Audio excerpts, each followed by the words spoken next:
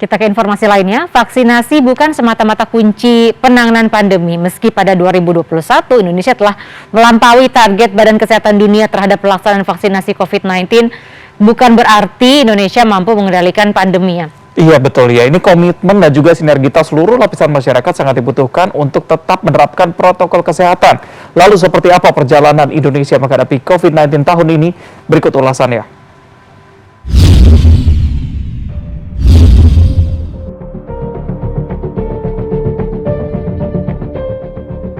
Titik terang penanganan pandemi di seluruh dunia termasuk Indonesia baru muncul pada awal tahun 2021.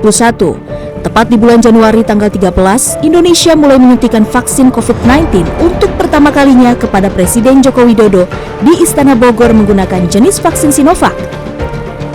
Selain Presiden dan pejabat pemerintahan, beberapa figur publik juga hadir untuk mendapat suntikan vaksinasi pertama dari pemerintah. Sejak saat itu, vaksinasi mulai dilakukan secara bertahap, mulai dari nakes hingga masyarakat luas. Upaya penanganan pandemi COVID-19 masih menjadi pekerjaan rumah yang besar bagi pemerintah Indonesia di tahun 2021. Pemberian vaksinasi menjadi salah satu cara untuk bisa segera membentuk herd immunity atau kekebalan kelompok. Pemerintah pun berusaha melobi sejumlah negara produsen yang vaksinnya telah lulus uji klinis tahap ketiga untuk memastikan keamanan dan juga efikasinya. Juru bicara vaksinasi COVID-19 Kementerian Kesehatan Siti Nadia Tarmizi mengatakan, pemerintah baru mendapatkan kepastian dari 4 produsen vaksin COVID-19 yang sanggup mengirimkan vaksinnya ke Indonesia pada tahun 2021, yaitu Sinovac, Novavax, AstraZeneca, dan Pfizer.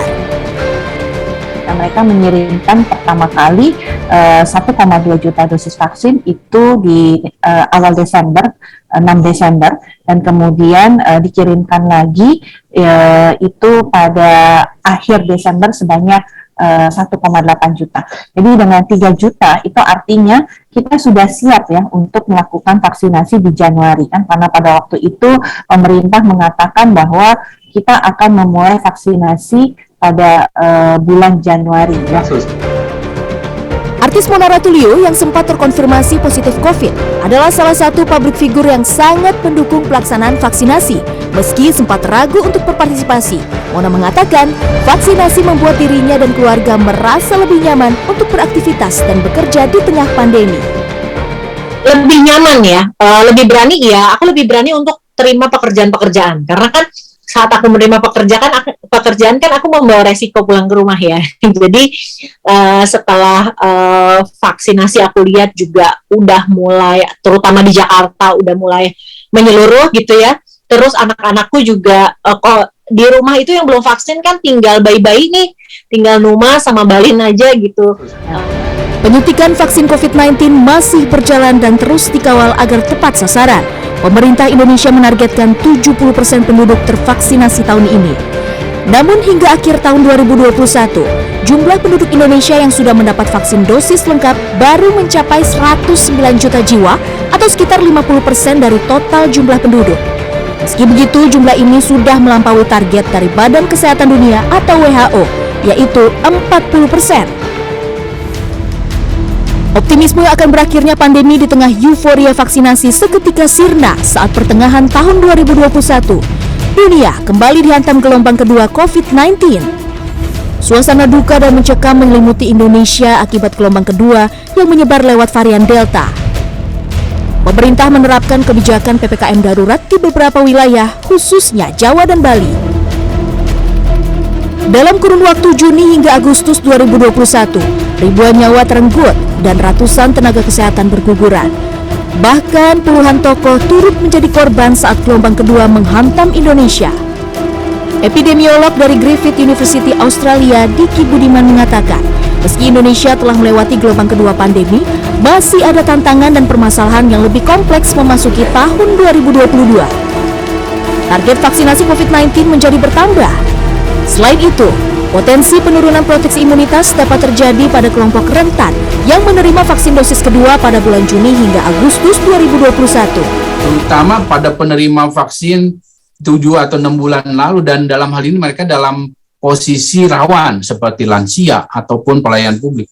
Nah ini urgensinya adalah diberikan booster. Karena kalau tidak, dengan ancaman bukan hanya Omikron atau varian lain, ini mereka akan mengalami potensi yang sangat mengalami perburukan.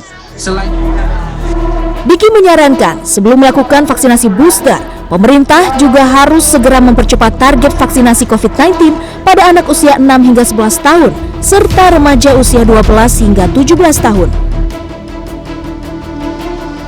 Bila vaksinasi pada kelompok ini belum selesai, maka dikhawatirkan akan menimbulkan beban tambahan bagi pemerintah.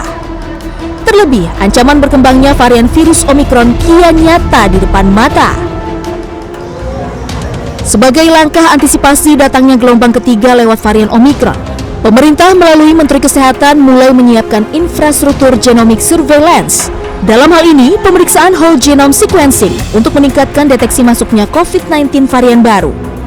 Selain mempercepat vaksinasi, pemerintah terus menggencarkan pelaksanaan 3T dan menghimbau masyarakat agar disiplin menerapkan 5M. Selain itu, pemerintah juga menerapkan kebijakan berlapis untuk mencegah penularan varian Omikron pada komunitas. Kerja sama semua pihak menjadi hal yang penting dalam upaya untuk pandemi ini bisa segera berlalu. Tim Liputan CNN Indonesia.